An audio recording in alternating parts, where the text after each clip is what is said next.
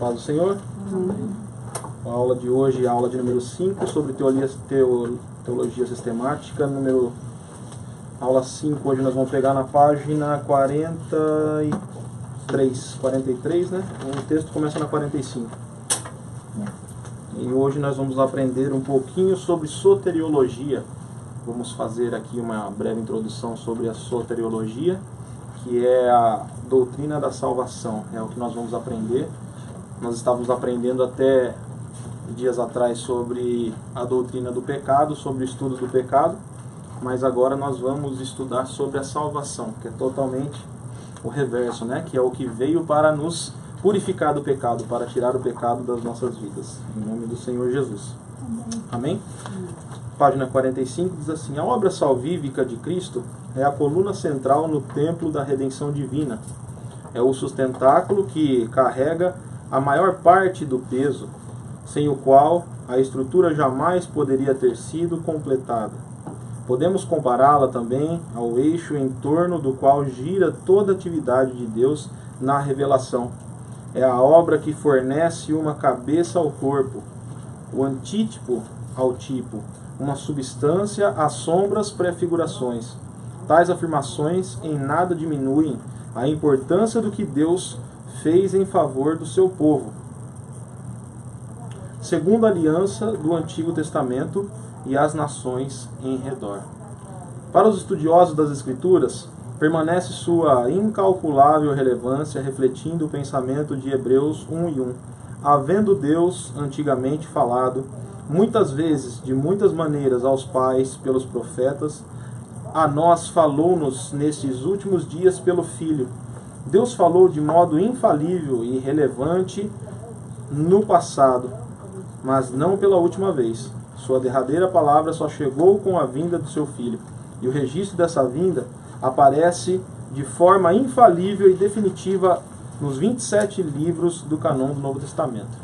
Nós sabemos que o Messias ele foi prometido por todo o Velho Testamento, por algumas vezes não de forma tão clara, mas em toda a palavra de Deus nós vemos que o resultado e a finalização da obra da redenção, do plano de salvação que Deus tinha para a humanidade, seria quando Jesus viesse a essa terra para que entregasse a sua vida, então, para morrer por nós. Foi como uma troca que Deus fez pelos nossos pecados, entregando a vida do seu Filho. E o diabo, muito contente com essa troca, aceitou essa troca. O que ele não esperava é que ele não conseguiria manter o nosso Jesus no inferno. Ele pensava que o nosso Jesus não teria poder para ressuscitar, que não teria poder para sair, pegar a sua vida de volta, torná-la a tomá-la, porque ele deu a sua vida e tornou a tomá-la. Isso que ele não esperava. Então ele ficou sem os nossos pecados, porque nós fomos libertos dos nossos pecados e sem as nossas culpas, e também sem o Filho de Deus. Pelo contrário, nós sabemos que Jesus desceu lá e tomou até a chave da casa dele, pegou a chave do inferno, pegou a chave da morte e agora está vivo para todo sempre. Então, Deus tem os seus planos de trabalhar, tem as suas formas de trabalhar, e nós sabemos que sempre a forma como Deus faz é a melhor. Nós não podemos nos esquecer disso, que assim como Ele alcançou as nossas vidas, Ele tem um plano para alcançar a todos. Mas a pessoa precisa se entregar a Jesus. A nossa religião não é uma religião que obriga a pessoa a servir a um Deus de uma forma que seja apontado uma arma na sua cabeça, e diga assim, você tem que aceitar Jesus. Tem até uns vídeos aí de brincadeira que o pessoal faz aí, que para ganhar uma alma para Cristo, aceita Jesus, aponta uma arma, e a pessoa tem que aceitar Jesus brincando. Mas não é assim, a nossa religião, realmente nós precisamos reconhecer em nossos corações que nós sabemos o Cristo que nós estamos servindo, Quem nasce filho de crente não é crentinho. É preciso ter a consciência do Deus que serve, É preciso ter a consciência da salvação em Jesus, e não necessariamente, porque é filho de crente que está salvo. Nós sabemos que essa salvação ela é individual. Pai não salva filhos, filhos não salva pais, e nós sabemos que nenhum nem outro salva ninguém. A salvação ela é individual. O significado da salvação. O estudo da obra salvífica de Cristo deve começar pelo Antigo Testamento, onde descobrimos nas ações e palavras divinas a natureza redentora de Deus. Descobrimos tipos e predições específicos daquele que estava para vir e do que ele estava para fazer. Parte das nossas descobertas provém da terminologia empregada no Antigo Testamento para descrever a salvação, tanto a natural quanto a espiritual. Qualquer um que tenha estudado o Antigo Testamento hebraico sabe quão rico é o seu vocabulário. Os escritores sagrados empregam várias palavras que fazem referência ao conceito geral de livramento ou salvação, seja no sentido natural, jurídico ou espiritual. Um pouquinho mais abaixo, nós temos ali no penúltimo parágrafo, o termo assume ainda, essa parte é importante para você, o termo assume ainda uma conotação espiritual, a salvação mediante o perdão dos pecados. Davi apela a Deus para salvá-lo de todas as suas transgressões. Em Salmos 51 e 14, é provável que Davi tenha em mente a restauração e salvação espirituais de pessoais. Quando ora, livra-me dos crimes de sangue, ó Deus, Deus da minha salvação, e a minha língua louvará altamente a tua justiça. Veja que mesmo Davi, vivendo no período do Antigo Testamento, ou seja, no período da lei, ele ainda rogava a Deus pela sua salvação, pelos crimes que havia cometido, ou até mesmo pelo que ele poderia cometer com as suas mãos. Davi sabia que estava sujeito a pecar, Davi sabia que a todo momento pecava, e sempre ele estava assumindo a sua culpa diante de Deus. Sempre ele estava pedindo perdão para Deus, quer seja por coisas que ele havia cometido, ou até mesmo por coisas que ele haveria de cometer. Veja que não é diferente dos nossos dias atuais, né? Nós sabemos as nossas fraquezas, nós sabemos as nossas dificuldades, e sabemos até mesmo que se nós dermos moleza, né? Eu falo o linguajar bem claro, né? Se nós dermos moleza para o diabo, nós pecamos. Nós temos que estar a todo tempo vigiando e em constante oração.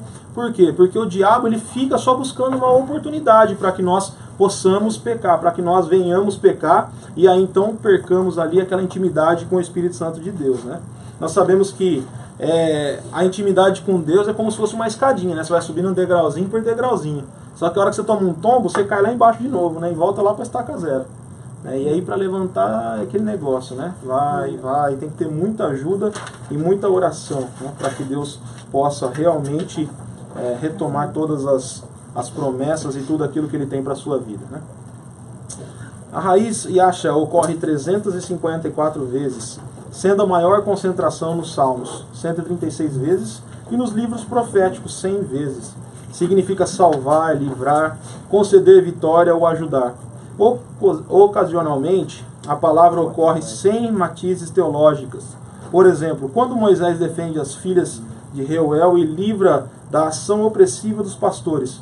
Mais frequentemente, porém, tem Deus como sujeito e o povo de Deus como objeto. Ele livrou os seus de todos os tipos de aflição, inclusive de inimigos nacionais e pessoais, e de calamidades. Por isso, Yahvé é Salvador, meu Salvador, e minha salvação. Veja que Deus a todo momento, né, Ele tem usado... Pois não, por favor, fique à vontade. Veja que a todo momento, né, Deus está livrando o seu povo. Deus está, de certa forma, realizando uma salvação, realizando um resgate a seu povo. Não até mesmo pela questão do pecado somente, mas a salvação inclui até mesmo o livramento nas questões pessoais e nas questões até mesmo de calamidades que poderiam ocorrer na sua família ou na sua casa ou até mesmo em coisas que você jamais saberá que poderia ter acontecido com você. Mas a todo momento o Senhor está nos livrando e nos salvando daquilo que nós poderíamos passar de pior. Porque a palavra de Deus diz, né, que os anjos do Senhor acampam ao redor dos que o temem e os livra. Isso é uma palavra de Deus, uma promessa de Deus para as nossas vidas. Se nós tememos a Deus, nós podemos ter a certeza que Deus ele acampa seu anjo ao redor de nós, para quê? Para nos livrar. E esse livramento acaba sendo uma salvação também de calamidades e de coisas, de catástrofes que poderiam tirar a nossa paz e até mesmo tirar a nossa alegria de estarmos louvando a Deus. Deus mais frequentemente escolhia representantes para trazer a salvação. No entanto, os obstáculos a serem vencidos eram tão espetaculares que, sem a mínima dúvida, era desnecessária ajuda especial da parte do próprio Deus. Em Ezequiel, o termo assume qualidades morais.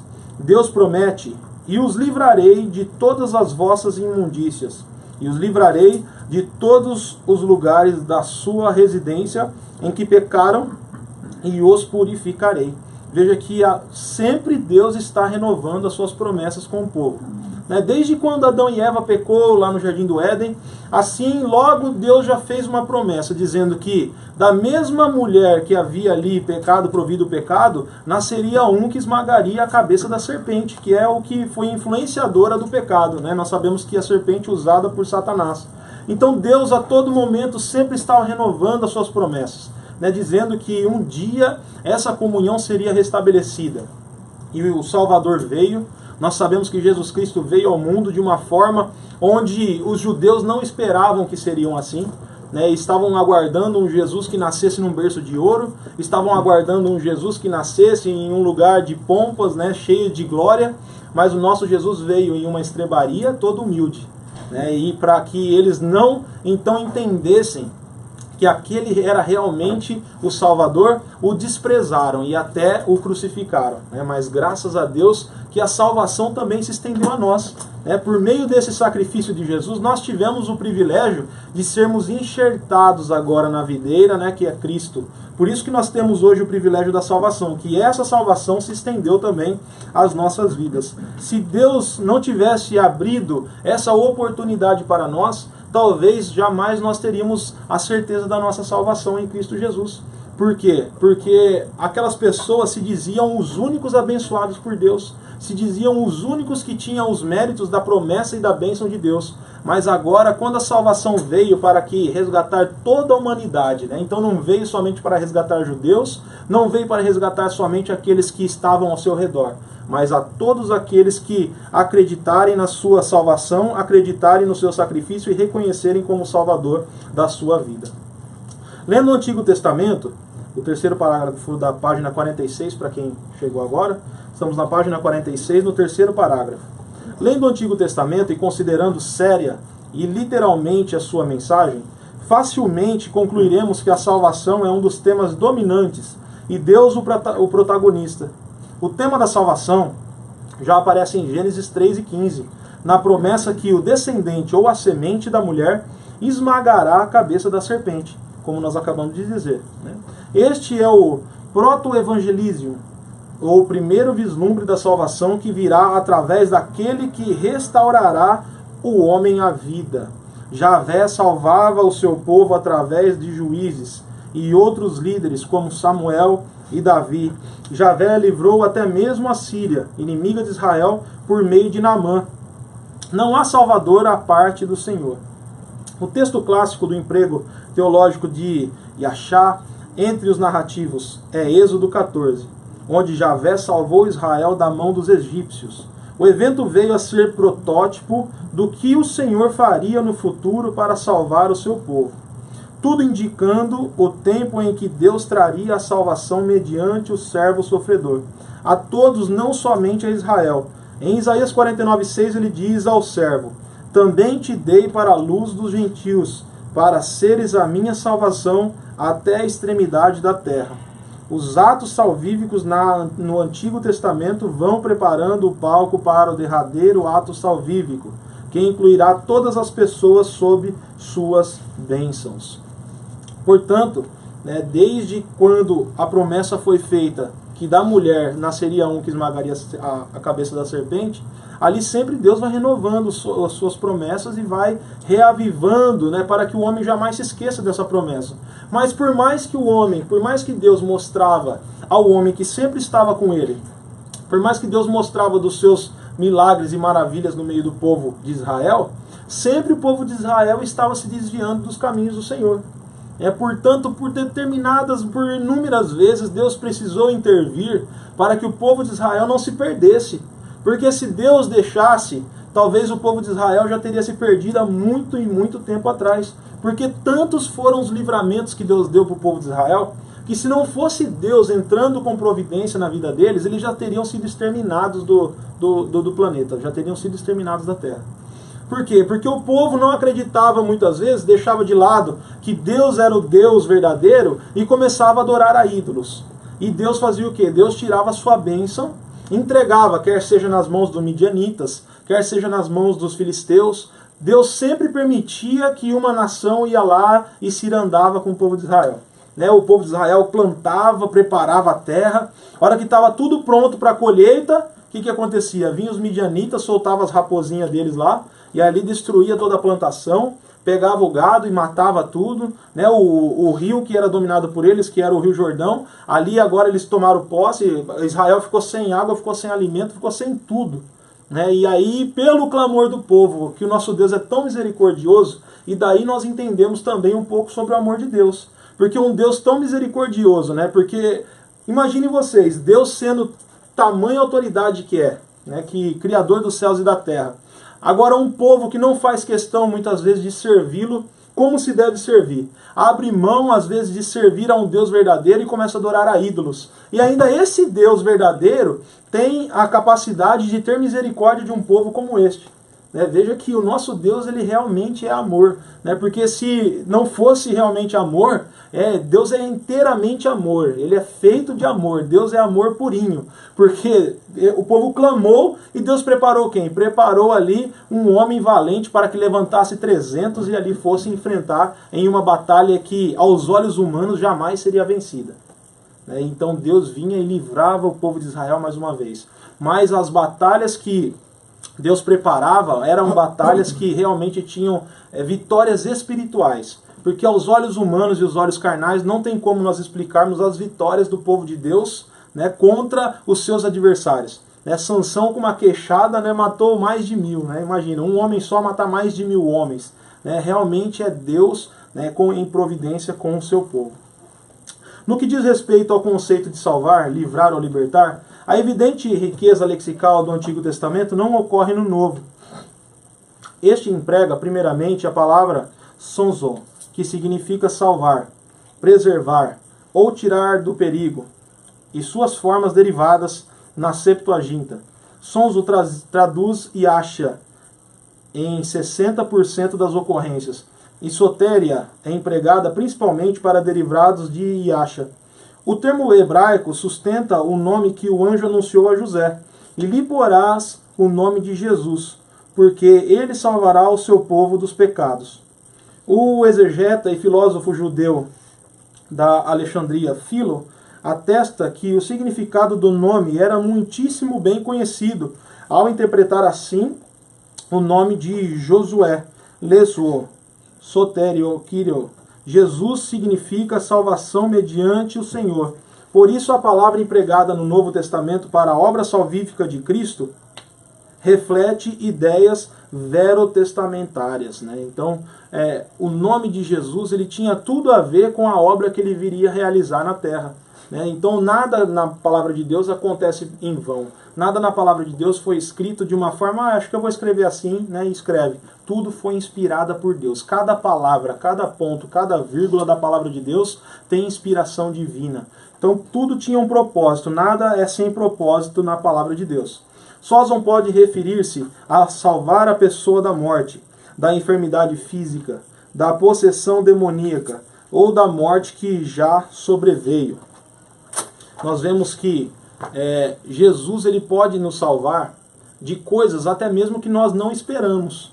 Então, porque ele é onisciente, amém? Todos concordam com isso? Jesus sabe o futuro de todos nós, ele sabe. Eu já expliquei isso para os irmãos, que todos nós temos um livro na nossa vida. E como entender então que Jesus ele é onisciente e ao mesmo tempo nós temos o livre-arbítrio? Quer dizer então que se eu me desviar, Jesus já sabia que eu me desviaria. Sim, ele já sabia que este era um dos caminhos que você poderia tomar. Porque se você segue a sua vida da forma como o Espírito Santo quer que você viva, você cumpre na íntegra todos os planos e propósitos para a sua vida. A partir do momento que você começa a viver conforme a sua vontade, não seguindo a vontade de Deus, e não seguindo a vontade do Espírito Santo, e começa a andar por sua conta e risco, você está correndo um risco de vida. Porque agora o cuidado do Senhor, ele não está mais vivendo, não está mais agindo como ele gostaria de agir na sua vida. E isso que as pessoas às vezes não entendem, né? Nós comentamos, né, na aula sobre o pecado, que algumas pessoas até dizem: eu conheço a palavra de Deus, quando o negócio estiver ficando feio, eu volto para a casa do Senhor e, né, tá tudo certo, eu vou para o céu junto com vocês. Olha, que Deus abençoe que vocês tenham essa oportunidade, né? Eu costumo dizer, porque, né, as pessoas se esquecem que uma vez fechando os olhos aqui nessa vida, né, uma vez morrendo aqui, você não tem outra oportunidade, vindo depois disso somente o juízo final. Né? Que Deus nos abençoe para que nós possamos chegar no céu, né, em nome do Senhor Jesus. Virando a página, na página 47, mas na grande maioria das ocorrências refere-se à salvação espiritual que Deus providenciou por meio de Cristo, e que as pessoas experimentam pela fé. Embora o título Salvador fosse atribuído pelos gregos aos seus deuses, líderes políticos e outros que trouxessem honra ou benefícios ao seu povo, na literatura cristã era aplicado somente a Deus e a Cristo. O substantivo salvação aparece 45 vezes e se refere quase exclusivamente à salvação espiritual, que é a possessão presente e futura de todos os crentes verdadeiros. Todavia, embora as palavras gregas traduzidas por salvar e salvação não sejam muito frequentes, o próprio Jesus proclama o tema do Novo Testamento quando diz: o Filho do Homem veio buscar e salvar o que se havia perdido. Quando Deus ali envia o seu Filho, realmente ele envia para aqui, para aqueles que estão necessitando de salvação. E engana-se aqueles que pensam que não necessitam. Porque no tempo em que Jesus andou aqui nessa terra, muitos tiveram oportunidade de ouvi-lo. Muitos tiveram a oportunidade de andarem com ele. Muitos tiveram a oportunidade de estarem diante dele, diante do Redentor, diante do Cristo que haveria de salvar a sua vida. E quando essas pessoas estavam diante de Jesus, eles não aproveitaram as oportunidades. Muitos deles, pelo contrário, né, diziam que ele era ali uma pessoa que estava tentando usurpar o lugar do verdadeiro Cristo, né? Mas nós sabemos que o nosso Cristo, ele veio realmente para salvar aqueles que estavam perdidos, e todos estavam perdidos. Jesus veio para salvar a todos, né? Tanto que aqueles homens, quando viram Jesus conversando com a mulher samaritana, né, eles até acharam estranho, né? O Jesus, não é nosso costume, né, a gente conversar com os samaritanos, né? Normalmente nós não conversamos.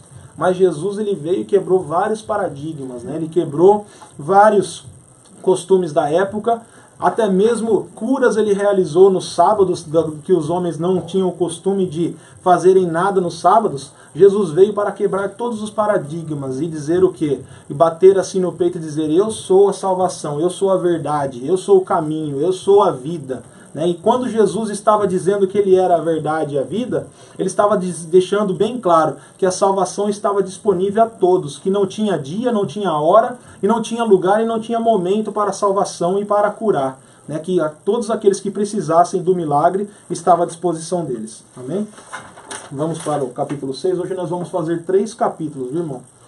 Então nós precisamos dar uma andadinha aqui. Capítulo 6, a natureza de Deus, página 451. A Bíblia, portanto, revela um Deus que salva, um Deus que redime, porque é necessária a salvação espiritual. O que torna possível a salvação espiritual? São perguntas que surgem e as respostas que oferecemos relacionam-se ao nosso modo de ver a natureza de Deus e da humanidade. O que aconteceria se Deus não fosse como a Bíblia nos revela e não tivéssemos sido criados à sua imagem e subsequentemente caído? A salvação, conforme a Bíblia a descreve, não teria sido possível nem necessária. Logo, o drama da redenção tem como pano de fundo o caráter de Deus e a natureza da criação humana. Algumas perguntas que surgem normalmente na mente humana, como essa, por que é necessária a salvação espiritual? Porque muitas pessoas ainda creem e ainda acreditam erroneamente que após essa vida, quando nós fechamos os olhos e morremos aqui nessa vida, tudo se acaba por aqui mesmo, e não tem mais uma sequência espiritual das vidas. O espírito ali por mesmo morre e não tem mais uma continuação, né? Mas enganam-se, né? Porque nós sabemos que a palavra de Deus diz o quê? Que o pó volte à terra e o espírito volte a Deus quem o deu, né? Então, essas questões podem ser facilmente respondidas porque nós sabemos que a salvação hoje ela é muito simples de se entender. Por que é muito simples de se entender? Hoje eu digo depois de que Jesus veio e morreu na cruz do Calvário. Porque antes de que Jesus tivesse morrido na cruz do Calvário, era difícil para as pessoas entenderem uma coisa que ainda havia de vir. Né? Tanto que aqueles que morreram seguindo ali os preceitos de Deus, seguiram morrendo ali com o Novo Testamento, com ali as suas leis, todos aqueles mandamentos sendo seguidos à risca, aqueles homens foram para onde? Para o seio de Abraão. E o seio de Abraão era um lugar que nós sabemos que ficava no inferno. Né? Então imagina os irmãos que aqueles homens morriam e iam para um seio de Abraão, que era mais ou menos ali um compartimento separado no inferno. Veja que coisa, né, terrível. Mesmo a pessoa seguindo a palavra de Deus, mesmo a pessoa seguindo os mandamentos, ela ia para um lugar onde ela não tinha certeza do que poderia acontecer com sua vida por ali. Então eles ficavam ali, no cativeiro, né, como eram chamados. E a partir do momento que o Senhor Jesus morre, que o Senhor Jesus entrega a sua vida, e aí ele vai até o inferno, porque ele sabia que tinha que realizar uma obra por ali. Que aqueles homens e aquelas mulheres, e aqueles seus servos que morreram ali seguindo os mandamentos de Deus, seguindo tementes a Deus, ali foram para o seio de Abraão e estavam em cativeiro. Em cativeiro por quê? Porque estavam num lugar onde eles não gostariam de estar. E o momento em que o Senhor Jesus vai até lá, ali ele termina e acaba com aquele cativeiro. E pega aquelas pessoas agora, e agora leva sim para o céu juntamente com ele. Então aquelas pessoas que haviam ficado em dúvidas sobre o que poderia acontecer com elas, no momento em que o Senhor Jesus ressuscita, elas sobem juntamente com eles para o céu. Hoje nós não temos mais essa dúvida, sabemos que quando nós estamos agora a ponto de fecharmos os nossos olhos, a ponto de perdemos aqui a nossa oportunidade de viver nessa terra, nós já temos o conhecimento para onde estamos indo, nós já temos o conhecimento que o céu de glória nos aguarda. Então nós não temos mais que passar por um momento de tensão ou por um momento de dúvida em nossas vidas do que poderia acontecer conosco. Né? Então são dúvidas que realmente podem acontecer e surgir na mente humana. E a Bíblia deixa claro que todas as pessoas precisam de um Salvador e que elas não podem salvar a si mesmas. Desde a tentativa feita pelo primeiro casal de cobrir-se e de esconder-se de Deus, e a primeira rebeldia que culminou com um assassinato, até a última tentativa rebelde de desfazer os propósitos de Deus, a Bíblia é uma longa cantilena de atitudes degradadas e pecados deliberados da raça humana. O pensamento do iluminismo moderno, que mais comumente reflete ideias pelagianas, tem se comprometido com a bondade essencial da humanidade, a despeito de tudo que tinha visto e experimentado. Anne Frank chega à conclusão no seu diário: continuo crendo que as pessoas realmente têm bom coração. Boa parte do pensamento moderno parece acreditar que necessitamos de educação e não de salvação, de um campus e não de uma cruz, de um planejador social e não de propiciação de um salvador. Todos esses pensamentos otimistas colocam-se em contradição direta contra o ensino das Escrituras. E nós comentamos em uma aula anterior, não me lembro se foi semana passada ou se foi na primeira aula, em que hoje está muito na moda, né, do povo aí fora, eles quererem viver uma vida, né, de extrema alegria e felicidade pessoal. Né? Não, mas como assim? Você está falando que a gente não pode ser alegre e feliz? Não, nós temos que ser alegres e felizes. Mas isso não basta somente para as nossas vidas. Né? O que essas pessoas querem dizer é que se você estiver bem consigo mesmo, e se você estiver agindo conforme o seu coração se alegra, isso já basta para que você alcance uma vida plena e perfeita. Né? Então isso é um perigo, muitas vezes, porque as pessoas estão sendo enganadas pelo modismo e pelo comodismo. Né? Por que modismo? Modismo porque isso vem em uma determinada época onde o acesso às coisas estão muito fáceis. Né? Nós sabemos que o povo tem sido mais próspero, a situação financeira do povo tem melhorado, né? Nós sabemos que antigamente era uma dificuldade, né, para o povo até beber um refrigerante, só bebia no Natal, né? Eu lembro que meu pai conta as histórias, chegava no Natal, cada um ganhava uma garrafa de vidro, né, daquela de refrigerante, com a tampinha de metal ainda, fazia só um furinho na tampa para ir bebendo bem devagarzinho, né, para não acabar. Né? Por quê? Porque a dificuldade realmente era muito grande, né? Se você falasse de luxo naquela época, era muito difícil você encontrar uma pessoa, algumas famílias que vivessem de uma forma luxuosa. Mas hoje está muito à disposição de todos, ainda mais para nós que vivemos num país como esse, América do Norte, né? Estados Unidos da América. Nós sabemos que esse país ele proporciona, se a pessoa quiser ter uma vida aqui luxuosa, ela consegue. Né, porque ela está à disposição para todos. A igualdade social aqui é muito maior do que em outros países ou em outros lugares. Isso causa o quê?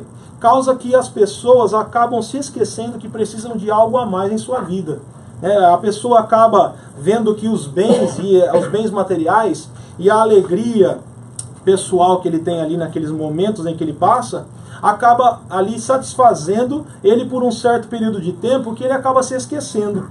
Né? Então tem um folheto que eu gosto muito que explana um pouquinho disso que eu estou querendo dizer, que esse folheto ele era muito bom. Eu gostava de evangelizar com ele no Brasil porque ele já dava um impacto direto, né? Quando você tentava transmitir a mensagem àquela pessoa que você estava tentando alcançar. Que ele tinha algumas imagens, e alguma imagem, na primeira imagem tinha um bebezinho, e aí embaixo do bebezinho estava escrito assim: cedo demais para pensar em Deus.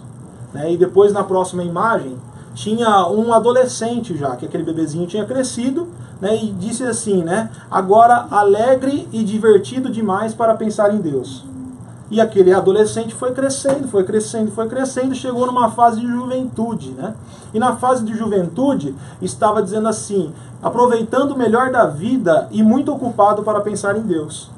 E aí aquele jovem então foi crescendo e agora ele se casa, tem uma família e já aparece uma imagem dele com a sua esposa e com seus filhos. E agora está escrito assim: ocupado demais com o trabalho e ter que cuidar da família para pensar em Deus. E foi se passando a vida toda, foi se passando a vida toda. E um momento em que agora se vê em uma próxima imagem que ele está um pouco mais exausto e cansado do trabalho, de toda a sua vida, de criar a sua família, e agora já de certa idade, já com os filhos, já não mais em casa, e aparece ele em uma imagem, agora com a sua velhinha, né? E agora com sua velhinha ali está escrito, né? Cansado demais para pensar em Deus. Né? E na próxima imagem, né, se torna um pouco mais difícil, para que as pessoas agora aceitem a real mensagem desse folheto, porque aparece agora ali uma lápide, né, de um cemitério, né, e ali está escrito logo abaixo, né, tarde demais para pensar em Deus. Então a pessoa teve a vida toda para pensar em Deus, mas colocou tantos propósitos na frente, colocou tantos compromissos na frente, colocou tantas prioridades na frente de pensar em Deus, na frente de servir a Deus, que acabou perdendo a vida, né, tentando ganhá-la. Né? Então ele perdeu a vida eterna tentando ganhar a vida terrena. Né? Que nós tenhamos essa consciência que o que realmente vale para nós é a vida eterna. Né? O que nós fizermos agora na nossa vida terrena vai determinar o tempo que nós vamos passar e onde nós vamos passar a eternidade com Cristo. Né? E isso é uma realidade que não tem como nós escaparmos. Né? Todos nós vamos passar por isso. Né? Quer nós passemos, né, na boa com Cristo, né? Ou nós passemos com o bichão, né? Mas misericórdia, né? Nós vamos passar com Cristo em nome do Senhor Jesus, amém? Aleluia. Os irmãos, né, desculpe a realeza das palavras, mas é assim que funciona, né? A gente aqui está realmente num curso, né, teológico, a gente não tem como ficar aqui alisando, né? A gente tem que falar realmente as palavras como elas são na íntegra, né? Como realmente o assunto é tratado. Na coluna de nuvem e de fogo, nos trovões e nas trevas do Sinai, e no estabelecimento do sistema sacrificial, com todos os seus preceitos e proibições, Deus procurava mostrar ao povo o abismo existente entre ele e as pessoas, que somente o Eterno poderia ligar. Talvez achemos cansativo ler os pormenores sobre quem, quando, como e o que Deus exigia e aceitava. Que significado tem para nós que vivemos sob a nova aliança? Possivelmente que Deus diz a todos nós: se você quer se aproximar de mim, seja segundo as minhas condições. Você não tem o direito de inventar o seu próprio caminho. Nadab e Abiú aprenderam isso de modo fulminante, que é a história de Levíticos, e todo Israel com eles. Seria a experiência de Ananias e Safira. Um exemplo paralelo: Deus não permitirá a ninguém brincar com o que é exigido por sua santidade. O exemplo de Ananias e Safira, olha, tem muita gente que não gosta nem de ler, isso daqui na palavra de Deus, porque é um exemplo que deve acontecer, todo o tempo deve acontecer no meio do povo. Então, Ananias e Safira, simplesmente eles venderam uma casa, e ali eles falaram assim, nós venderam a casa por $500 mil e falaram que venderam por 100. Então, está aqui o dízimo do 100. E aí Deus, sabendo que eles haviam feito isso, revelou para os apóstolos, e dizendo: por que vocês guardam a outra parte que era para ser entregue, à casa do Senhor? Mas como você caiu morto. Daqui a pouco chega a esposa: mas e aí, o que aconteceu com meu marido? Não, é porque vocês guardaram a parte que era para ser entregue. É mesmo? Aconteceu? Cai morto também. Então, foi uma coisa assim que realmente Deus deu uma lição para a igreja primitiva naquele momento, que eles estavam aprendendo com aquela atitude errônea daqueles servos de Deus, porque Deus havia exigido algo da parte deles, e eles ali se negaram a fazer a vontade de Deus. Isso é um exemplo bem radical na palavra de Deus, e realmente é uma história que nos faz pensar para que nós andemos sempre na vontade de Deus. Ponto 1, a santidade e o amor de Deus. Sendo nós ímpios e Deus, santidade está aqui ainda. Sendo nós ímpios e Deus pura santidade, como poderíamos pensar até mesmo em nos aproximar dele? No entanto, isso é possível porque ele não só escolheu o caminho, como preparou a cruz de Cristo. O Novo Testamento contém numerosas referências a pecados ou pecadores, em conexão com a morte de Cristo. Eis algumas delas: o qual por nossos pecados foi entregue. Cristo morreu por nós, sendo nós ainda pecadores. Cristo morreu por nós, segundo as Escrituras. Cristo padeceu uma vez pelos pecados. Não existe a mínima possibilidade de se negar o ensino do Novo Testamento de que Jesus Cristo morreu para ligar o abismo entre Deus Santo e uma raça pecaminosa que não podia salvar a si mesma. Então essa ligação foi restabelecida através do sacrifício de Jesus. Quando Jesus ali morre, essa ligação, esse elo, esse acesso a Deus, ele é restabelecido agora à humanidade. Por isso que o véu do templo é representado de uma forma onde a barreira entre Deus e os homens são quebradas. Por isso que às vezes os hinos falam: o véu do templo se rasgou, tal, Então quando vocês ouvirem isso, é porque dentro do véu do templo ficava ali o lugar santíssimo, onde somente o sumo sacerdote poderia entrar ali para oferecer sacrifício, e então realmente ali ver se Deus recebia o sacrifício do povo para o perdão dos pecados. E isso era realizado somente por um homem, que era o sumo sacerdote. Os sacerdotes ficavam do lado de fora, aguardando, e amarravam ali uma cordinha no sumo sacerdote, porque se acontecesse de Deus não receber o sacrifício, o sumo sacerdote já era fulminado ali mesmo, já morria ali mesmo. E eles tinham que pôr uma cordinha ali para puxar só o cadáver depois. Veja como que era, Era muito sério. Era muito sério isso. Por quê? Porque o homem já entrava sem saber e sem ter a certeza se Deus ia receber o sacrifício ou não. Então, era um período muito difícil para que as pessoas servissem realmente ao Deus vivo, mas elas sabiam e conheciam a necessidade de oferecerem sacrifícios. E agora, no momento em que Jesus morre, no momento em que Jesus diz, está consumado, agora aquele véu do templo é rasgado de alto a baixo, dando a tônica do que? Agora todos têm acesso ao lugar santíssimo.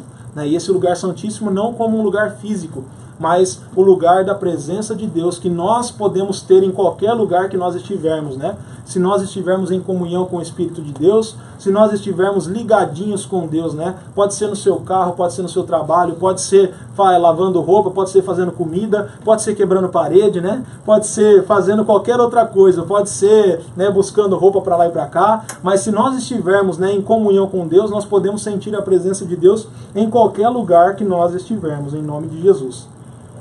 Ao considerarmos as características de Deus, é importante evitar a tendência de tratar seus atributos de modo a neutralizar a unidade da sua natureza. Quando a Bíblia diz Deus é amor, emprega o substantivo para descrevê-lo, não o adjetivo amoroso, que seria uma caracterização mais fraca, embora a Bíblia realmente fale em retidão, santidade, justiça e bondade de Deus. Não menciona que Deus é retidão ou bondade. Tal fato tem levado alguns a afirmar: na realidade de Deus, o amor é mais fundamental que a justiça, ou o poder é anterior a eles. E se o poder, o controle e a soberania são qualidades divinas preeminentes segundo o calvinismo, então o amor, a sensibilidade, a receptividade, bem como a fidelidade e a autoridade são as qualidades essenciais de Deus para o arminianismo. Todavia, nenhuma investigação da natureza de Deus deve considerar um atributo sobressaindo, reprimindo ou compensando a outro. Todos os termos empregados na Bíblia para descrever o caráter de Deus estão em pé de igualdade, como qualidades essenciais da sua natureza. Nele, portanto, a santidade e o amor, a retidão e a bondade não se colocam em posição entre si. Nós vemos que tem uma certa contradição entre o calvinismo e o arminianismo, onde aqueles que são calvinistas creem de certa forma um pouco controverso sobre a salvação do que nós, que somos arminianistas, para quem não sabe, nós somos da Assembleia de Deus. Nós temos uma crença partindo dos princípios de Armínio. O que se diz isso? Então, alguns conceitos como conceitos escatológicos, conceitos sobre a salvação, nós cremos como Armínio. Por quê? Porque os calvinistas acreditam, por exemplo, na predestinação. Eles acreditam que aqueles que já são salvos desde que nascem. Então as pessoas que são salvas já nascem salvas e essas não podem perder a salvação, quer eles vivam uma vida como quiser. Veja que contradição e que contraditório seria uma vida dessa, a pessoa viver como quiser e no final ainda ser salvo.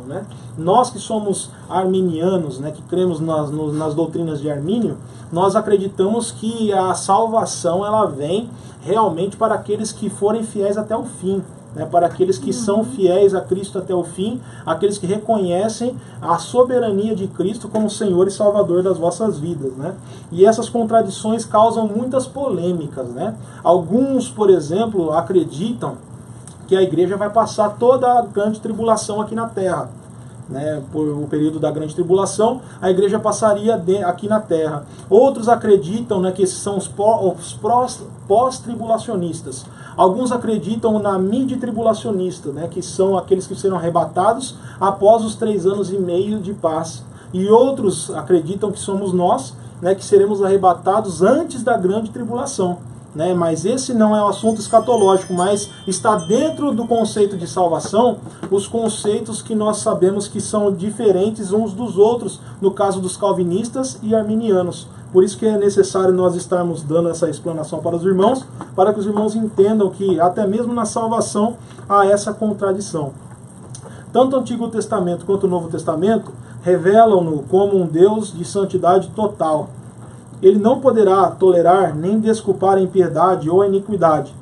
Constatamos esse fato quando ele julga Adão e Eva, quando destrói a raça humana no dilúvio, quando ordena a Israel que extermine os cananeus, cuja iniquidade já havia atingido uma medida cheia, quando julga o seu próprio povo escolhido, também no julgamento final de todos quantos rejeitaram o seu filho, e mais importante de tudo, na cruz.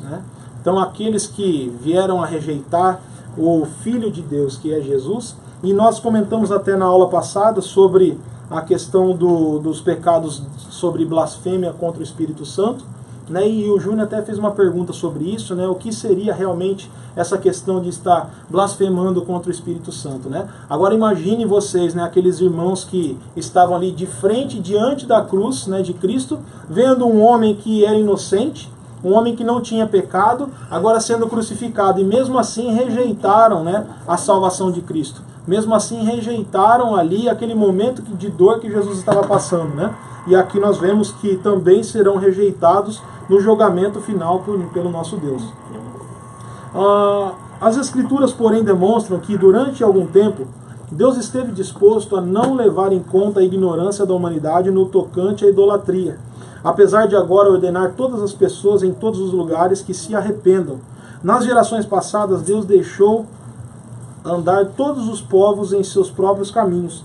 Embora hoje deseje que se convertam dessas vaidades, Paulo diz que na cruz Deus procurou demonstrar sua justiça pela remissão dos pecados dantes cometidos, sobre a paciência de Deus. Deus suportou durante 400 anos a iniquidade gritante dos amorreus, embora finalmente o seu julgamento tenha caído sobre eles com irresistível força. O Senhor não justifica o ímpio, nem aceita recompensas, ou seja, propinas. Com justiça julgará o mundo e o povo com equidade. O que justifica o ímpio e o que condena o justo, o abomináveis, são para o Senhor tanto um como o outro, né? Então, aqueles que às vezes tentam encobertar o pecado do outro, aqueles que tentam passar a mão por cima da iniquidade para que, né, somente se espalhe ali e não venha à tona aos olhos de todos, nós sabemos que isso é uma abominação contra o nosso Deus. E isso tem se agravado tanto nos dias atuais, que nós vemos que muitas igrejas atuais não têm se preocupado muito mais com a realidade dos fatos da palavra de Deus. Eles estão procurando agora palavras que agradam os corações. Estão procurando pregar coisas que realmente vão ali atrair as pessoas para a igreja. Coisas que vão fazer com que as pessoas procurem estar ali por alguma coisa que eles querem receber. E não por realmente procurarem a salvação que há em Cristo Jesus, e não por realmente procurarem que o fato que estarem ali servindo a Deus é um momento de adoração que eles estão oferecendo um culto racional. Né? E isso tem sido muito notório nos dias atuais. Né? As igrejas neopentecostais têm se tornado muito grandes e fortes. Né? Nós vemos milhares e milhares de pessoas onde ninguém conhece ninguém, né? Nenhuma nem outra. Nós não estamos falando mal de nenhuma igreja nem outra, né? Nós só estamos falando a realidade dos fatos, onde realmente as pessoas hoje precisam conhecer a verdade da palavra de Deus. Elas não estão precisando, né, de palavras de prosperidade e não estão precisando, né, de palavras que venham ali alegrar o seu ego, né, mas estão precisando ouvir palavra de Deus que venha provocar mudanças de vidas, né?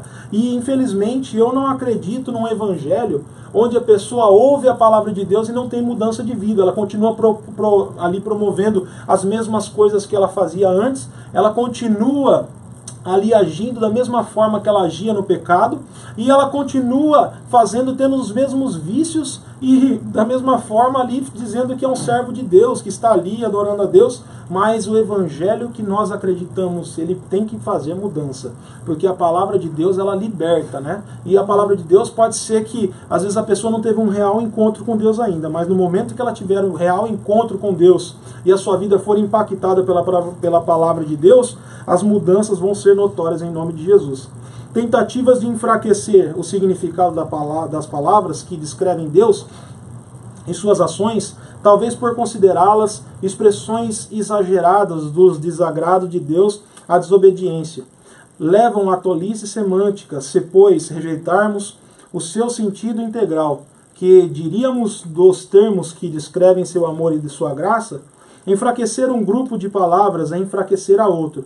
A cruz e tudo quanto ela subentende, só fará sentido diante de um Deus reto e justo, que exige o julgamento.